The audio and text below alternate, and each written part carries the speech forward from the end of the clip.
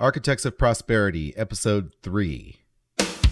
Welcome to the Architects of Prosperity with your host, Ryan Lopez. This is the place where architecture meets investment and designs fuel profits. Join us as we build legacies and bring visions into reality. Your journey to building prosperity starts now.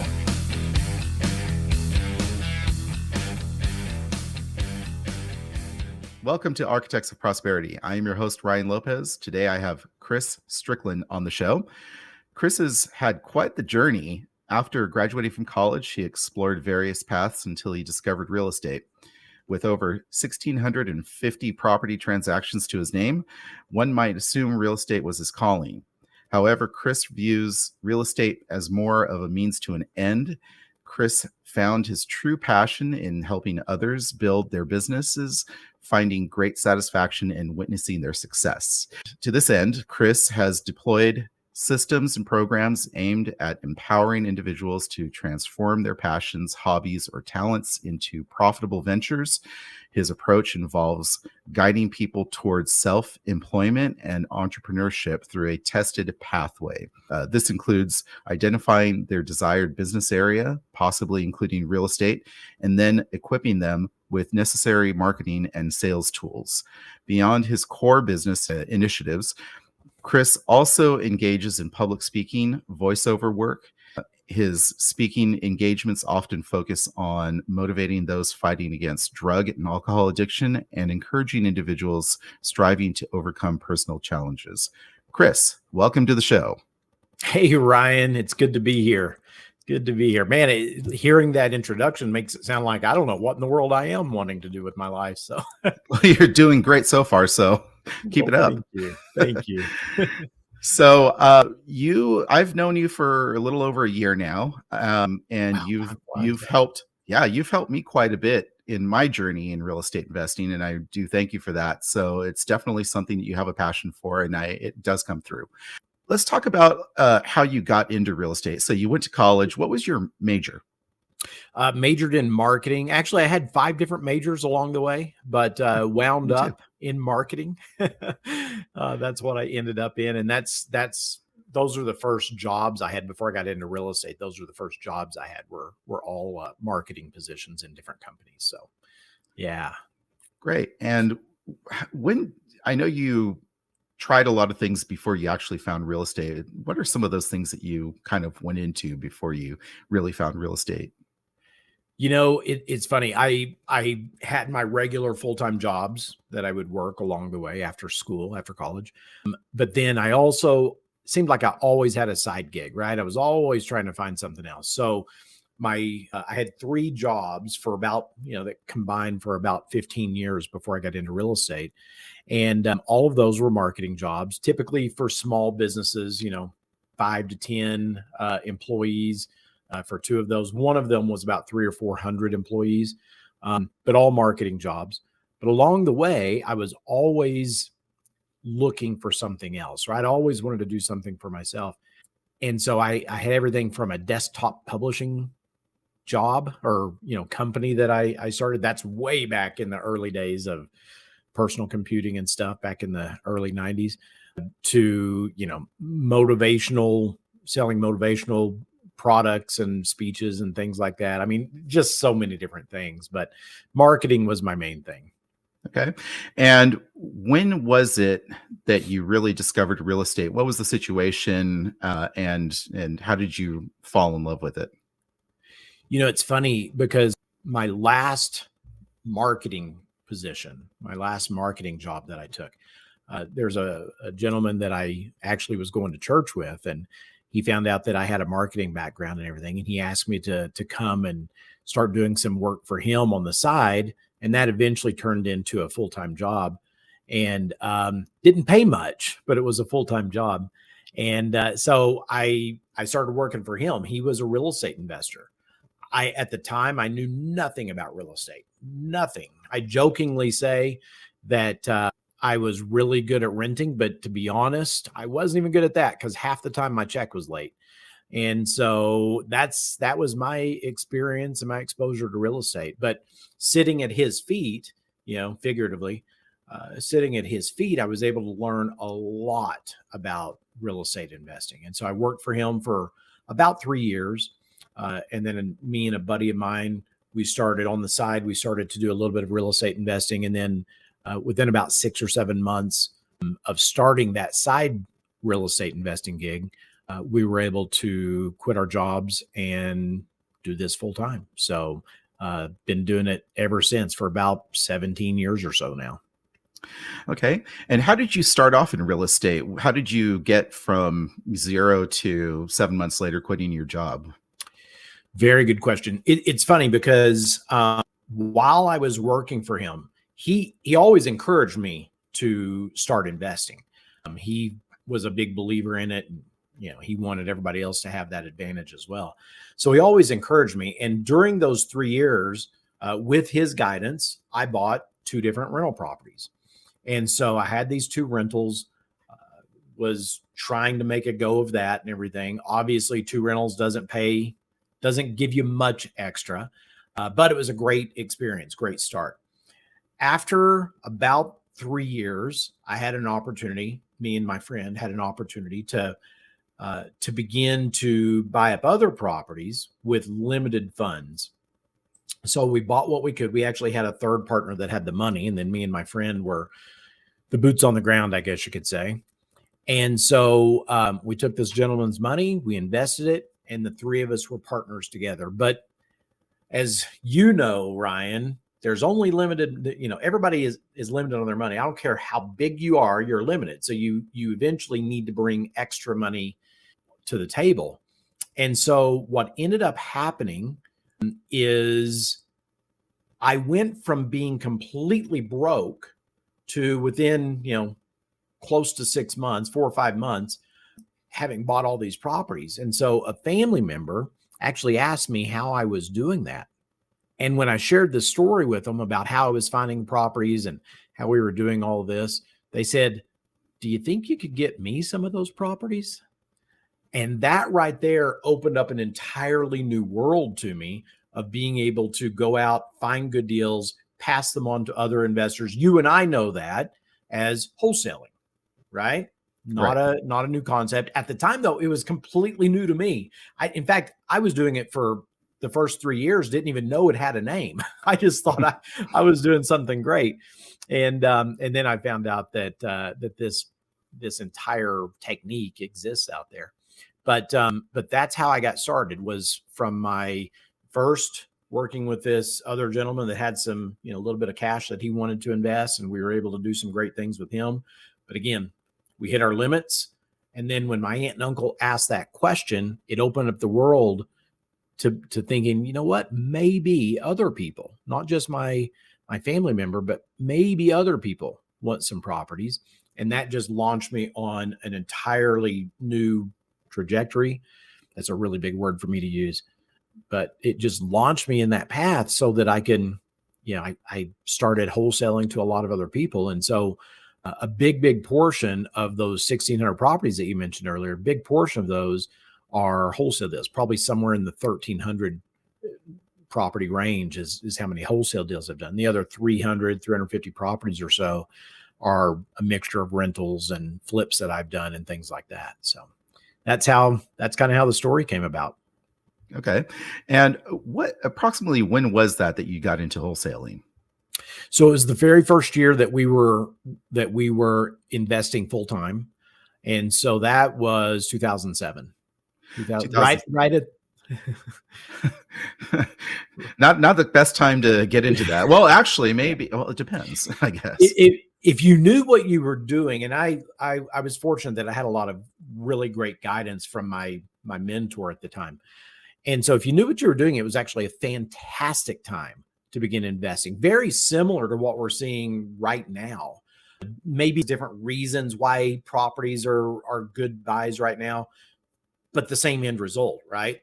And that is that you were able to get some pretty good deals on properties at that time. And so while most of the investment world was running away from real estate and, just trying to cut their losses, me and a handful of people out there were able to snag a whole bunch of properties and either keep them for ourselves or wholesale them out. So yeah, it was actually a really, really good time for us to invest. Well, that's what they say is, when there's blood in the streets, that's the best time to jump in and find deals. So Um, true. I So think true. it was a Warren Buffett who says, when everybody's doing it, run away from it. And when everybody's trying to get out of it, that's the best time to get into it. It's absolutely true. And none of us, I don't have a single investor friend that I can think of that wants anyone to lose a property or, have something happen to their property. But the reality is it does happen to people, right? And so for a variety of reasons. And so as an investor, if I can be there to help them find a solution to their problem and help them have as soft of a landing as possible, then that's what I like to be able to do. So yeah. And it is interesting that, you say, and it's so true that good wholesalers, they're trying to help people out of a sticky situation, obviously. But I don't know, maybe it's because there's a lot of bad wholesalers out there that Sure. wholesaling gets a bad name. Wholesalers get a bad name. Anybody who's in real estate investing in the residential market, they get slandered and slammed online. It's pretty amazing. Can you explain to our audience what wholesaling actually does and why it's like a win-win-win situation for everybody involved? Absolutely. Absolutely. So, and you're right. There are a whole lot of people that do it wrong. I don't think many people, I might be wrong on this. I don't think many people intend to do anything malicious or anything to anybody that they help, buyers, sellers, anybody else. I just think that so many people don't really know what they're doing. They get this much off of possibly a YouTube video, and that's not really enough to go out and really serve the people that you're trying to work with. It can maybe get you started, but it's just not enough. And so the thing that I see most often is people just not knowing how to do it. So at the heart of wholesaling is you going out and finding that distressed seller, somebody that needs to sell, whether it's something in their personal life that's causing that distress, or maybe it's the home itself that's causing distress, right? Because of the condition or something.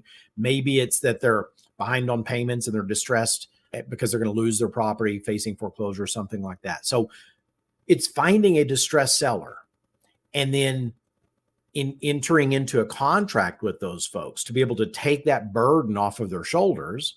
And then in the process of going through the closing process is going out and finding another investor that wants that property, that can do something valuable with that property, whether it's fixing it up and flipping it and, improving the community because they've improved that house, or whether it is taking that property, turning it into a rental and providing housing for somebody that needs it.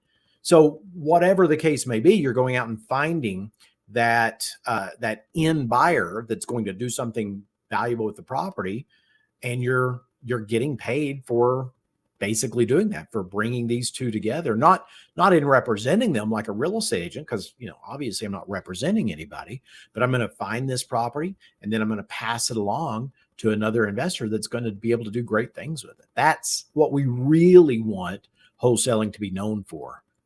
Like you said, not always do people do things the right way. So Yeah. it does get that negative reputation as well, but I certainly don't want to be a part of that side.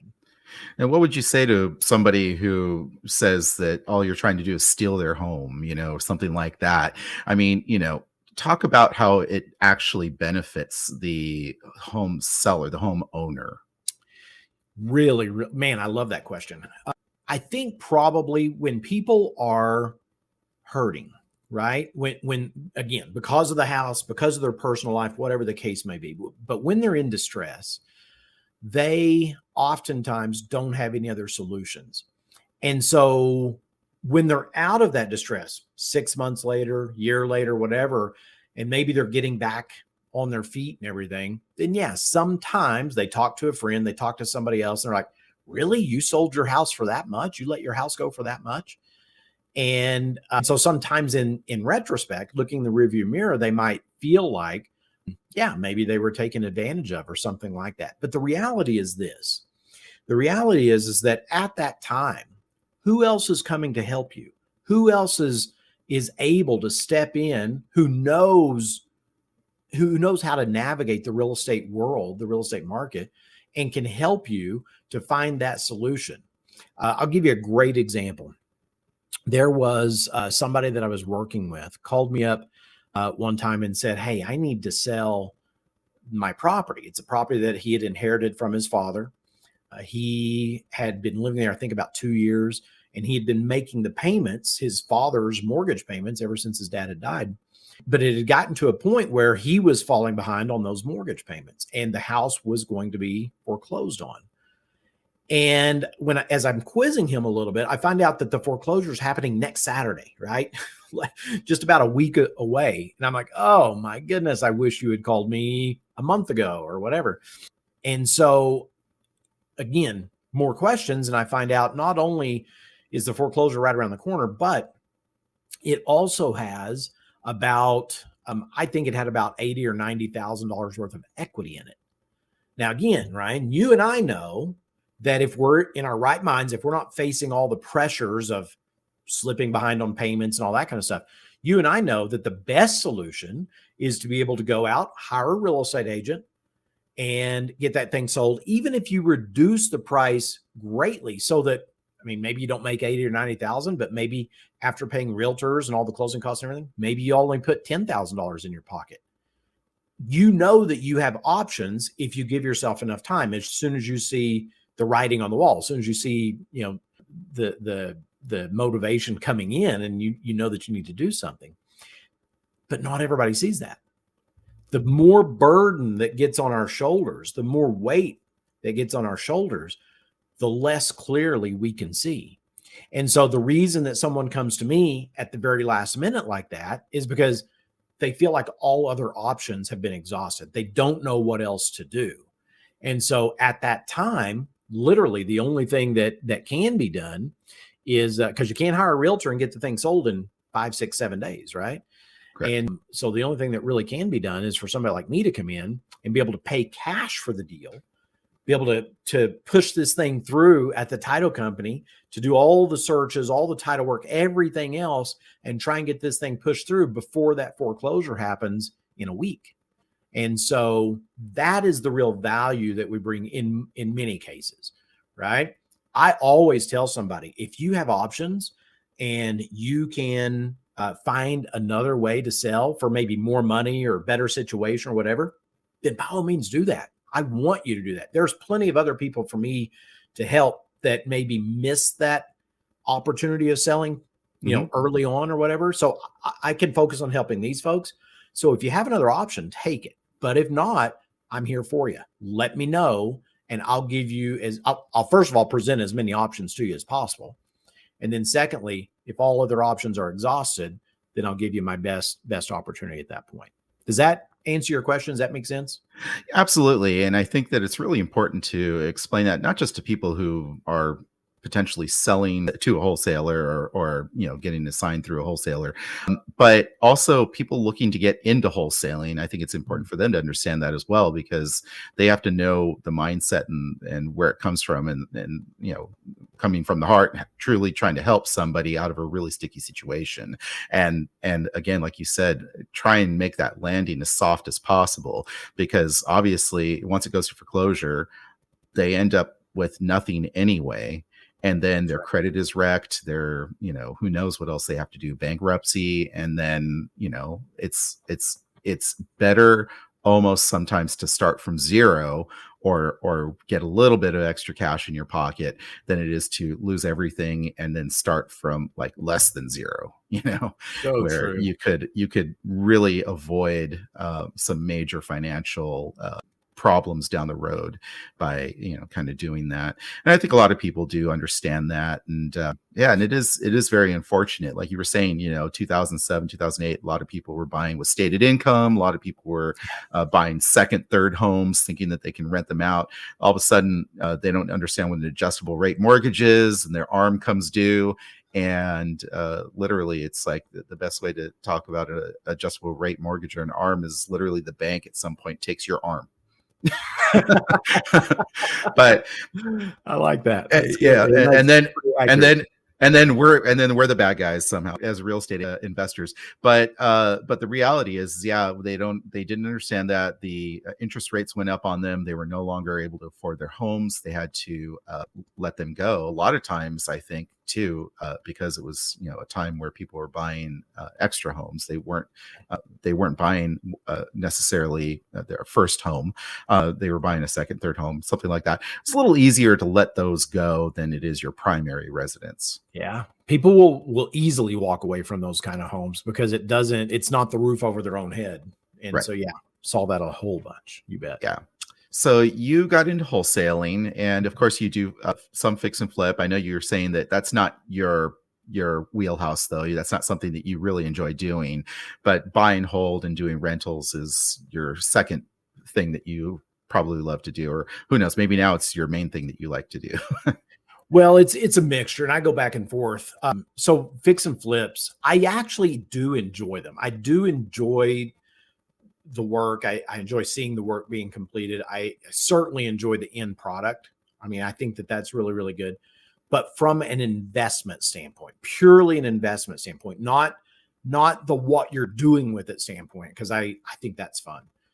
But from an investment standpoint, I do think in most cases, there are better ways to make money in real estate. I think that wholesaling is one of those, because in wholesaling, I might not make as much per deal, but I can do a whole bunch more deals. After I have my pipeline filled and everything, I can do a lot more deals in the wholesaling world and actually make more money wholesaling in the same time frame that it would take me to do a fix and flip. So I prefer other ways of making money. If we're talking that quick cash, category, I guess, like I put both wholesaling and fix and flips into the same category, because at the end of the day, there's no residual income. There's just the cash that you get from that deal. One of them takes maybe 30 days. The other one takes maybe 4 to 6 months, depending on your sales timeline. But both of them at the end of the day are quick cash. And so those to me are the same category. So out of those two, I'm going to probably go wholesaling in most cases, unless there's just so much profit margin to be made on the fix and flip that it makes sense for me to take upon myself the risk that comes with a fix and flip. So, and then of course, yes, like you said, the rental aspect of it, building both residual income, monthly residual cash flow, and the wealth that you accumulate by owning something over a long period of time and everything. I mean, there's really no beating that. So yeah, definitely like that aspect of it. Yeah, absolutely. Cash flow and appreciation. That's the name of the game. So, and of course it's super easy, right? You only work like 10, 15 minutes a day, and the rest of it's just leisure time, right? Of course. Yes. It's funny though that you say that. Certainly I put in more than that, but compared to when I started, it is far less. When I first started, I had my full-time job, obviously, at the beginning.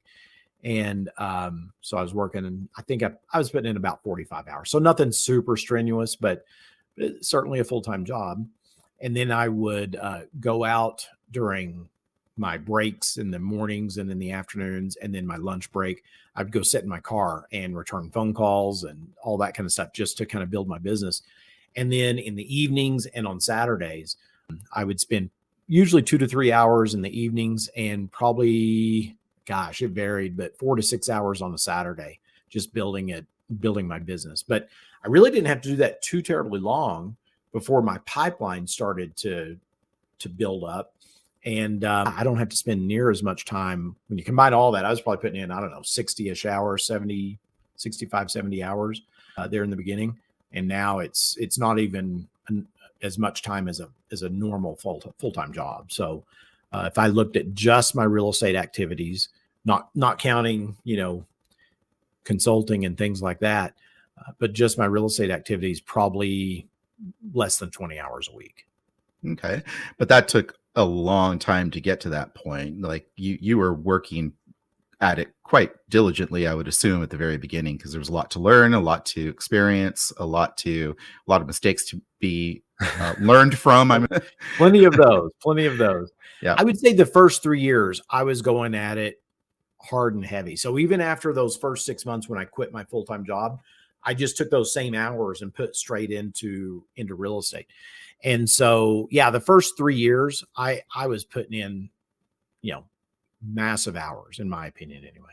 And so, but after about 3 years, things started to settle down, and I was able to start really looking around for other things that I wanted to start filling my time with. So yeah, first 3 years, I definitely was going at it very heavily. Also, talk a little bit about the differences that you had starting versus what wholesalers would have starting now. You didn't have the types of tools and the online resources that a lot of people have today to be able to get into wholesaling. So how did you start? Wow, that's a really good question, because you're absolutely right. Things have changed a lot. If anybody thinks back to 2007 when I started, Facebook existed, but it only existed for college students. You had to be at college and join the Facebook for that school, right? So you could see your peers and all that, but not the world as a whole. Yeah, we were all on MySpace. Yeah. Oh, MySpace. I forgot about that one. Yeah. Lots come and gone, right? Yep. And we didn't have smartphones. Smartphones actually came the very month iPhone launched, the same month that I started my business full time, when I quit my other job. And before that, we had Blackberries and stuff, but they weren't really, you couldn't browse like you could today, right? Mhm. Things have just changed so much in that relatively short period of time.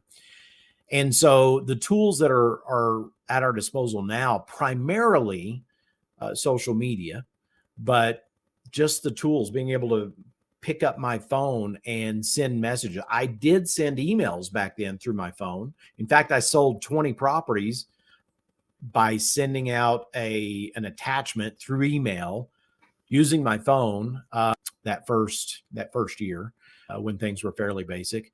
That the tools have really changed. Even how do you access? So not even just the web. I mean, us being able to get on this camera right here virtually and do this, completely different than it was back then. So the tools have changed, but also how we interact with them, right?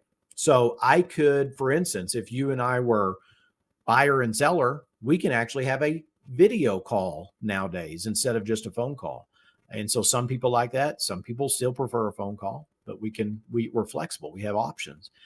Just like I said, how we interact. I used to, if I wanted to pull down a list of, people that are facing foreclosure, for instance, then pre-foreclosures, then I used to have to engage with a list company. I had to give them all of my criteria. We call it culling a list. I had to cull that list and tell them what I wanted. And then they would do their processes, and then they would send me that list a day or two later, right? It would still be email. We were still in the era of email at that time, but still, it took a day or two for them to put the list together and get to me.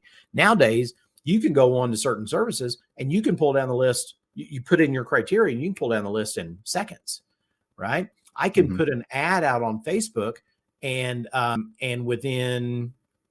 definitely within 24 hours, but sometimes even sooner than that. If I have an established ad account and things like that, then I can put an ad out in maybe I can put it out in 20 minutes. And then by the time it gets approved and everything, it could be being viewed by other people within hours.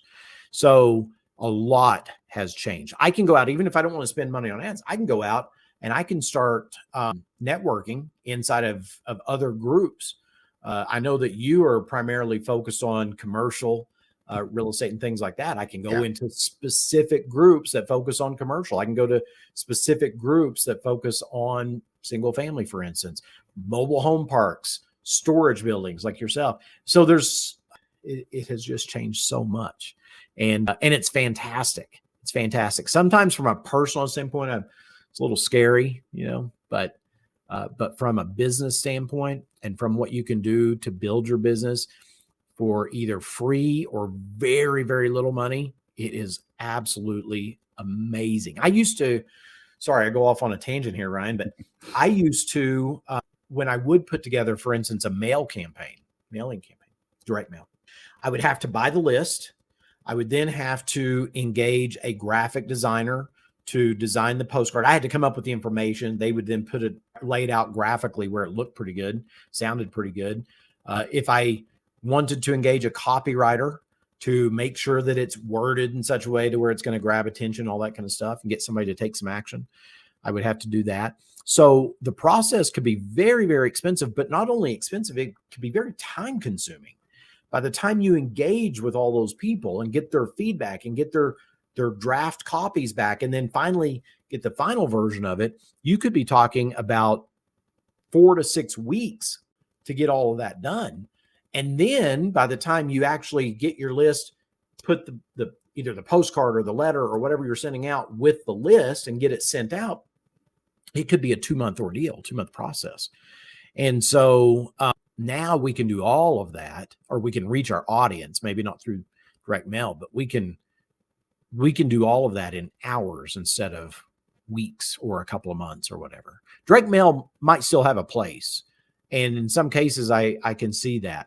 But from a speed and a testing standpoint, man, there are so many other things that we can do to really build our business before I would ever spend if I was just getting started, before I would ever spend a dime on something like direct mail or anything, I would absolutely take advantage of both the free tools and maybe even the low cost paid tools online that are going to get me test results back far quicker, far sooner, and far cheaper than something like a direct mail campaign. Once I have some experience, once I have an audience and I very clearly can define that audience, then maybe I would venture back into a direct mail campaign or something like that, where I'm certain that I know who I'm talking to and what message I need to share with them and all that kind of stuff. But I'll tell you this, I used to do it a lot, and I do see that there might be a place for it, but I still don't do it. There's just far better ways online to find that audience. So for sure in residential, I would say for sure in residential, because you're reaching out directly to sellers, and it's a fairly, I don't want to say low bar, but it's just a different way to do it. A lot of times when you're dealing with multifamily, self-storage owners, things like that, it's a little bit more business oriented. And a lot of these, go ahead. And the size of the groups is different too, right? Residential, much broader group, even residential sellers that have they're facing that distress that we talked about earlier. It's still a much broader group than, like you're saying, the multifamily or the storage building owners or mobile home park owners and places like that. So yeah, and one thing I will say for that kind of that old model, I guess, of direct mail and things like that, is for that business owner, it might be a combination of what you can do online combined with that direct mail piece that captures their attention, because that's the real key. I don't care if it's online, offline, social media, not social media, whatever. The whole key to everything in marketing is to capture their attention, to get them to stop scrolling or stop looking through their stack of mail to want to see what you have to say to them. And so, right. Yeah. And a lot of times too, in dealing with the business side of real estate and multifamily, self-storage, whatever it is, you're also dealing with the boomer generation, sometimes the silent generation, and they do things differently. True. They were around long before the internet, long before, email and texting. And I think a lot of them do appreciate doing business the old fashioned way. So I've run into a few like that. They just say, hey, here's my address. Just send me your letter of intent. So, So yeah. So it just depends on what asset class and what who you're dealing with, what the seller situation is. So very true. Okay, so we discussed how you started off before technology. No, I'm kidding. And then how it's changed, and we talked about some of that free advertising, which is fantastic. It's a great idea for anybody listening, thinking about getting into wholesaling to start doing some of this stuff. How would you suggest somebody properly get started in wholesaling and learning everything that they need to learn to do it the right way. How would you suggest they get started, and what are some shortcuts that they might be able to take as well? Okay. Wow. That's a good one. So I think, like I said, at the end of the day, wholesaling is simply finding a motivated seller, distressed seller, finding a buyer that would like to have a property like the one that the seller has, and being able to put those two together through a series of contracts, right? And so if you really boil it down, I think people make this far, far too difficult.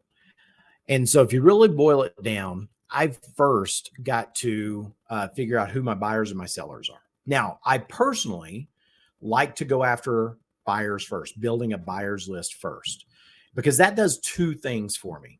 First of all, by having my list of buyers first, before I ever start looking for properties, the first thing it does, it gives me confidence. If I am brand spanking new and I've never done a deal, or maybe I've just luckily happened to close one or two deals by happenstance, then by building my buyers list first, I gain confidence that when I do find that property, I know there are people out there willing to buy it. I know that there are people out there that I'm going to be able to immediately turn to and say, hey, I got this property.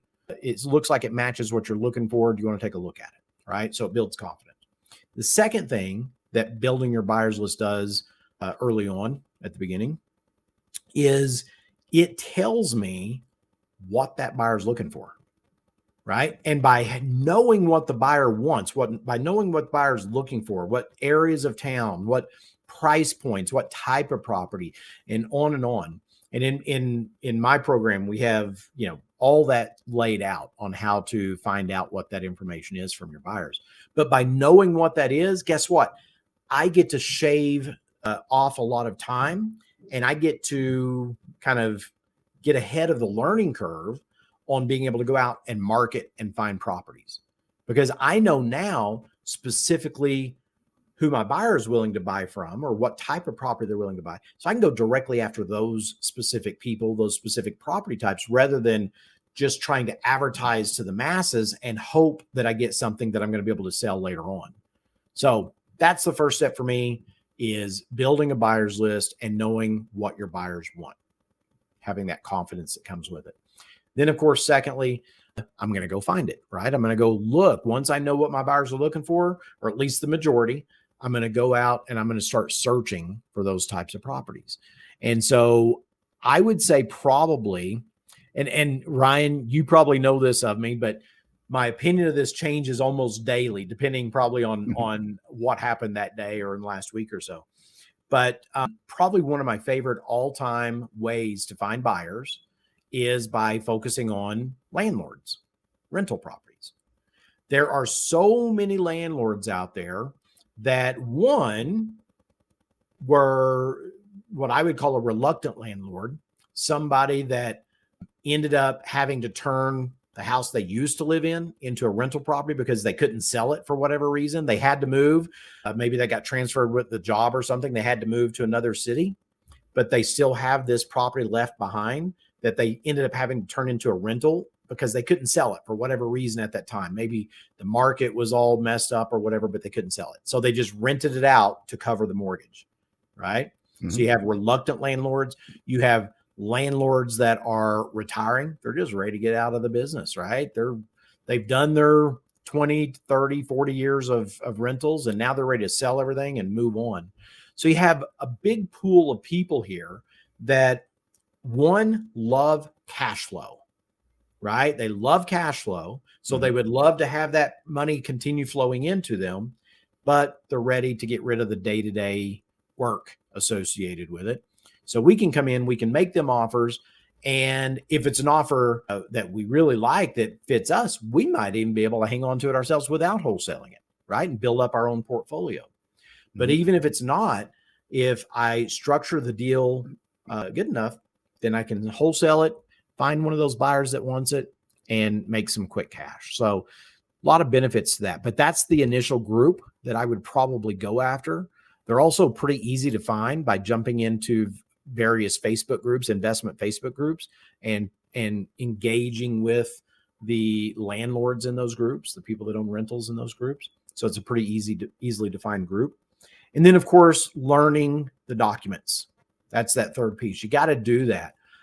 If you take some time to really understand what you're entering into by way of a contract and how you can then transfer that over to your buyers, it is probably the most valuable thing that you can do in this business, because contracts can be used in so many variety of ways to, whether it's to buy the property, to assign a property or whatever. If you understand that, then you will be able to do a variety of things. You'll have so many tools in your tool bag that all the other people that are out there trying to do this, that watched a YouTube video or something like that, you're going to be able to move ahead so much further than them, because you can offer that seller so many more options. So those are probably the three things that I would focus on as I was getting started. And I would have a mentor. I would absolutely have a mentor.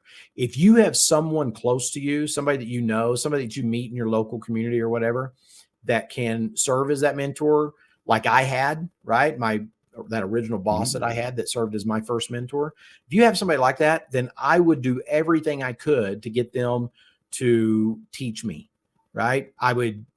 When I'm not at my day job, I would ask them if I can be connected at the hip and just follow them around, get them coffee or whatever else they want, because that will be the most valuable experience that you will have. So if I have that opportunity, I'll do it. If not, then I would absolutely pay for mentorship. I would pay for somebody to be there to walk me through those steps and everything. Even my first mentor, he got me to a certain level, right? Mm-hmm. But it was after that I've paid, I don't know how many mentorships and things that I've paid for along the way, whether it's mentorships in real estate, mentorships in learning how to do Facebook ads, mentorships in variety of things, marketing funnels, all kinds of stuff. So I'm definitely somebody that wants to pay for mentorship to get me to whatever next level I'm trying to reach. So that would, I guess, be a fourth one, is to find somebody to mentor you. And to be clear, it's not about paying for some online course that's pre-recorded or something like that. It's actually having access to the people who are teaching the course and being able to ask them questions and to that level. I mean, that's where the mentorship comes in. Why don't we parlay that into what you do in terms of helping young real estate investors, people getting into the business? What is it that you offer for that purpose? Yeah, absolutely. So it's funny. I've had a chance to mentor people now for about 12 years. And I absolutely love it. You mentioned at the beginning when you were doing my intro, you mentioned that real estate, I view real estate more as a means to an end. I call it my vehicle, right? It gets me a lot of the things that I want in life. But it's definitely not the thing that I am passionate about. I have a friend of mine. He was actually somebody that I mentored early on. We've become friends over the years. And I have a friend, he is passionate about real estate. I mean, he wakes up breathing this stuff and all that kind of stuff. And I think it's awesome that he does. That being said, that's not me, right? I'm not passionate about real estate. I love it. I respect it. It has done so much for me in my life, but it's not my passion. My passion really is working with people and helping them to do something that they want to do in their lives, to get out of something that they don't want and to do something that they do want. And so, yeah, I do have a mentorship for, anybody that wants it. And my mentorship focuses on the education side of things. But like you said, also offering folks the opportunity to chat with me, to be able to have me analyze their deals, work with me on helping them to evaluate their market, evaluate deals, just know how to respond to a seller or a buyer or whatever else, because it's all those little things, the things that can't be put into a video, right? That we all need help with. It's like, oh, I just had this situation pop up. What do I do in that situation? And those are the things that we can talk about and work through and everything. So absolutely. So my mentorship is there for anyone. In fact, I'll tell you what, Ryan, is it okay if I just give your listeners a freebie? Yeah, absolutely. So, and guys, I'll share this link with Ryan so that he can, post it wherever he needs to post it associated with this podcast. But if you go to moneycreators.com/Ryan, moneycreators.com/Ryan, then I will put together a little package of things that I think will help you as you get started. Just some initial contracts, right? To be able to go out and talk to sellers, some assignments of contract, and even the contract to be able to sell to folks that want to buy from you, right? Those end buyers. So I'll put together a little contract package that everyone can get started with. And just as I'm thinking about it here, I think what I'll add into this little package for anybody that wants it, I think I'll go ahead and add in a couple of other things, like maybe some templates of posts that you can throw out in Facebook and different things like that to kind of kickstart your marketing efforts and everything. So Ryan, for anybody that wants that, I'll give that all completely free. And yeah, anybody that wants it, all they have to do is go to moneycreators.com/Ryan and we'll send that over to them. That's fantastic. And that should be the motto of the day. If it's free, it's for me. That's right. I'm taking, anytime I see somebody giving something away for free, I'm like, oh, I better check that out. So absolutely. Because you never know. Sometimes it's worth it. Sometimes it's not, but I still take a look at it just to see. So you have to. I mean, that's the thing. If you get one little nugget of information out of it that you didn't have before, was it worth it? It was free. That's exactly right. That's exactly and right. and the I'm thing make is this that, one worth it though. I'm going to make it worth 100%. Well, absolutely. I mean, everything that you put out, trust me, it's worth it. So I really appreciate you for that. All right. Well, this is kind of a good turning point here. At the end of every podcast, we do little mini segments to kind of take it out, and they're just kind of fun things. So I'm going to do a quick tip corner with you. What's one tip that you will give somebody who is thinking about getting into real estate to help them determine which direction they should go? Really good question. Which direction they should go, meaning which direction inside of real estate, or? Yeah, in terms of real estate, in terms of asset class, in terms of, what would really move and inspire them in the realm of real estate. Or if you just think that there's a great starting point for everybody getting into real estate to just jump in and feel it out, and then they can determine later on what they really want to do with it. Either way. Okay. I think probably you mentioned the word earlier, asset class, just a second ago in your question. And so I think that if you're starting off in real estate, so many times we want to go for the home run, right?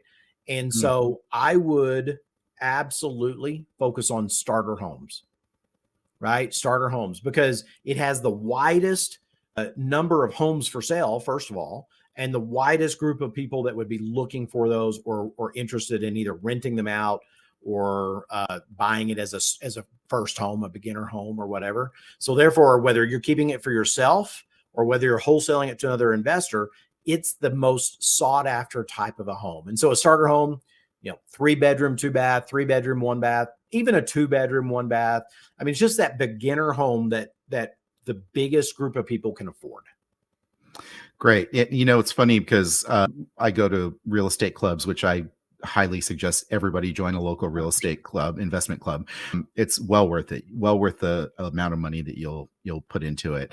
The amount of information you'll get is just immense, and the connections you'll make are huge. And it's just a great way to find a bunch of people who are like-minded. And I think whenever you get into anything, you need to find that like-minded group of people to really help you push through the tough times, because it's you're going to have a lot of tough times starting out. It's just the way it is. There's so much to learn. There's so much to do. And it's hard sometimes to even know where to start. So having a great group of people at your disposal is absolutely, a necessity.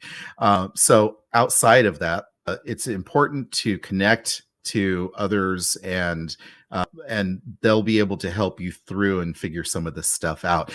But going back to my original point is that the vast majority of one of the real estate groups I belong to, the vast majority of them do single family homes, and a lot of them are doing mobile homes. They're either buying and flipping single mobile homes or assigning, so wholesaling mobile homes.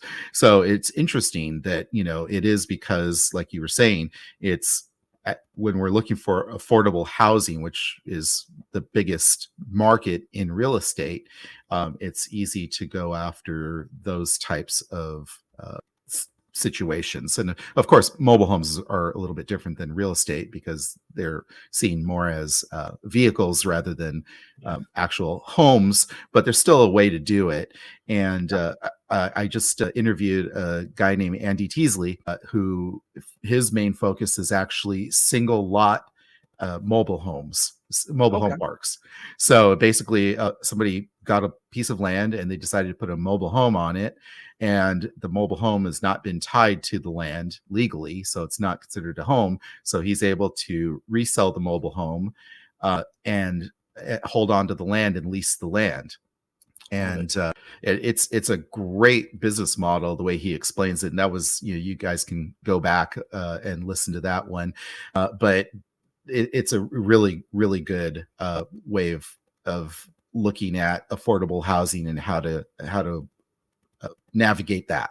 So huge. And you're right. It's one of the easiest asset classes to jump into for that and for other reasons. Most people that you talk to or you'll get mentorship from, they're used to dealing with residential.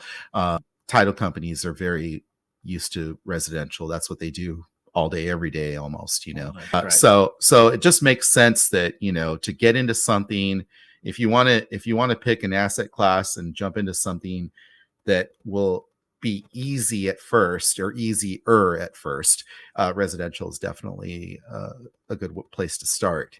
And then in terms of that was not a quick tip, unfortunately, but no worries. But I mean, it makes a lot of sense, and it is something that does require a little bit of extra explaining and conversation around. So that was good. That was an excellent quick tip there. Now let's see, the Architects and Investors Toolbox. What's one of the best tools in your arsenal for your wholesaling? Best tools in my arsenal for wholesaling. I think quickly being able to calculate an offer. So I actually developed a spreadsheet tool for myself over the years. I call it the Offer Expert. It's something that I offer out to my anybody that follows me. But the Offer Expert, and what this will do by plugging in just a handful of numbers on the property, it will tell you what you should offer on a property for either a rental property, a fix and flip, or a wholesale deal. And it'll put the numbers together in an instant. And because you and I both know speed is the key, right? Especially in wholesaling. The more offers I can crank out, the better off I'm going to be, the more deals I'm going to get done. And so I put together this tool so that when I very first get a lead in, I'm not just sitting there staring at a blank spreadsheet wondering what in the world to do. So I have what I call the Offer Expert, and it puts all those numbers together for me in an instant so that I can quickly get an offer sent out to a seller. So that's something I use all the time. Great. Now, the market snapshot. Where do you see the market going in the next, say, 1 to 5 years? And maybe you have like a range of where you think it's going to be. When do you think? Obviously, we're on the downside of the market. In the business cycle, and eventually it'll be on its way back up. Where do you think we are right now? And how long do you think it'll be before we hit bottom and start coming back up? It's a really good question. I think that it's going to be dependent upon what policies are implemented in the near future, right? So whether that's the policies from the Federal Reserve where interest rates go, whether they continue to creep up or if they start to head back down, I think that's going to be a big influence. I also think that just through our political cycle, whatever happens in the near term over the next, 10 to 12 months or so, I think will also play a big part in what happens. That being said, real estate, it's as sure of an investment as a person can get. And so I think over the next 12 months, a lot of questions need to be answered. I think, however, over the next 5 years, I think that things are definitely going to stabilize and begin heading back up. I think that it's possible, depending on those policies and things, I do think it's possible that it continues to head down for a little while, for the remainder of this year, possibly, and maybe even into next year, depending on those things. But long term, 3 to 5 years from now, it's going to be higher than it is right now. That's my belief. Excellent. All right. And then last question. What is your favorite real estate book that you would suggest to anybody listening today? I don't like that question because there's so many. I think probably I would have to default to Rich Dad, Poor Dad, simply because what that book did for me is it gave me the perspective that you don't have to live near the property to own it, to manage it, to get the benefits from that investment.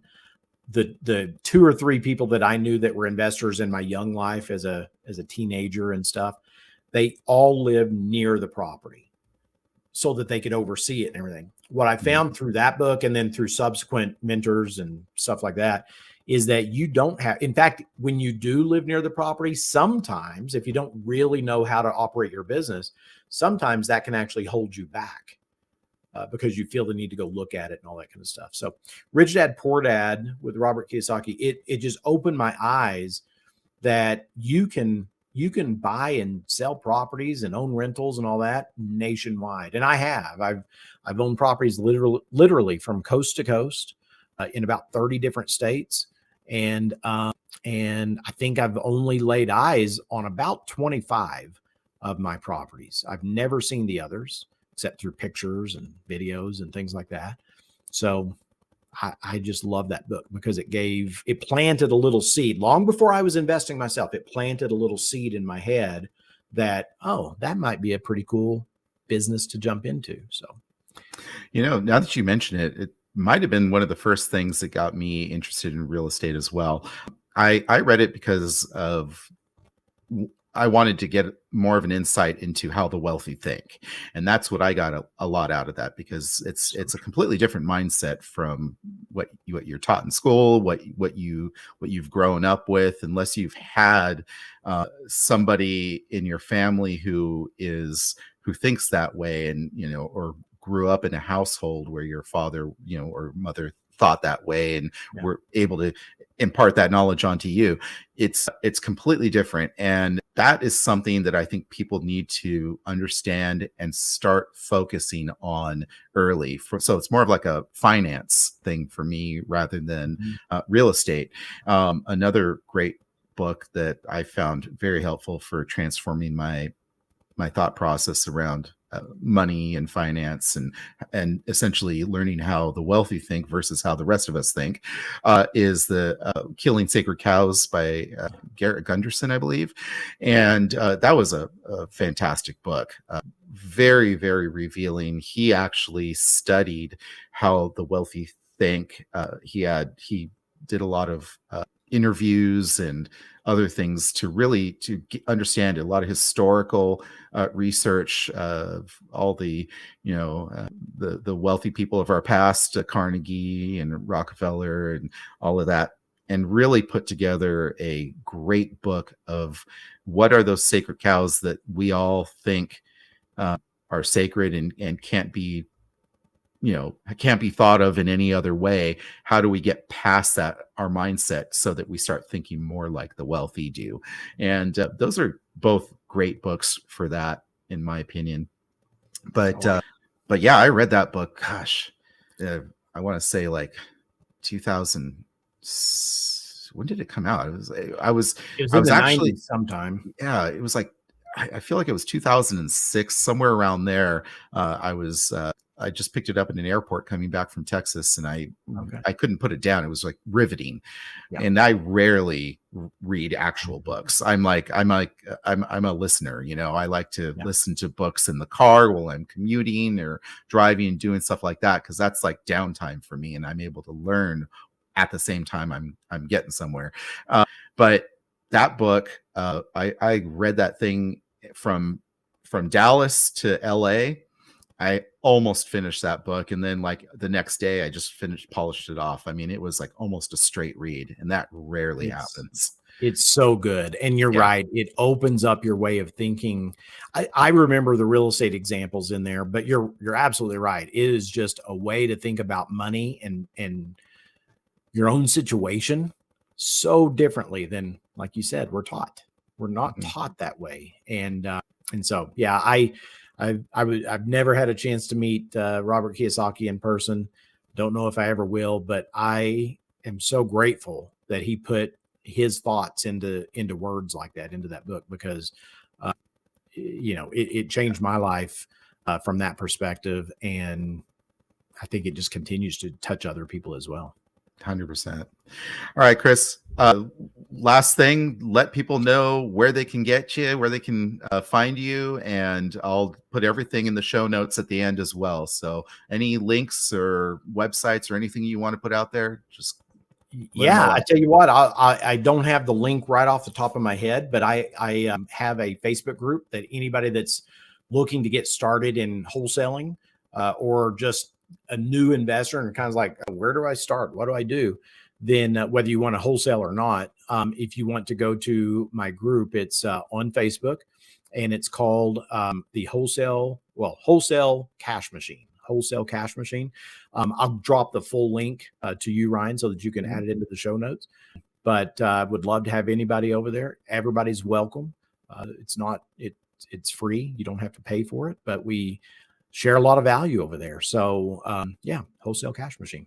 And do you have a website that you want to send anybody to, or somewhere where they can sign up for a newsletter?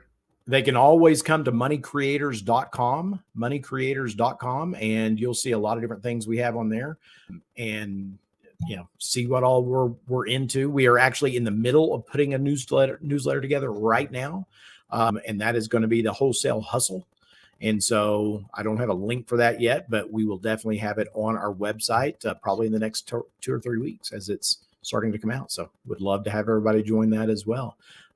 But make sure, so come to moneycreators.com, check us out on Facebook and all that good stuff. But if you want that free gift, that package of free gifts that I'm going to put together for all of Ryan's listeners, then be sure and come to moneycreators.com/Ryan so that you can take advantage of that free gift. Love to have everybody get that wants it. Fantastic. Thank you so much for being on the show, Chris. And I look forward to doing this again. Actually, this was very fun, and I love repeat guests. So I hope to have you back on the show again soon. I would love it. Thank you, Ryan. Thanks for having me. Bye, everyone. Take care. Thank you so much for listening to Architects of Prosperity with your host, Ryan Lopez. For more great content and to stay up to date, visit reijunction.com, and we'll catch you on the next episode of Architects of Prosperity.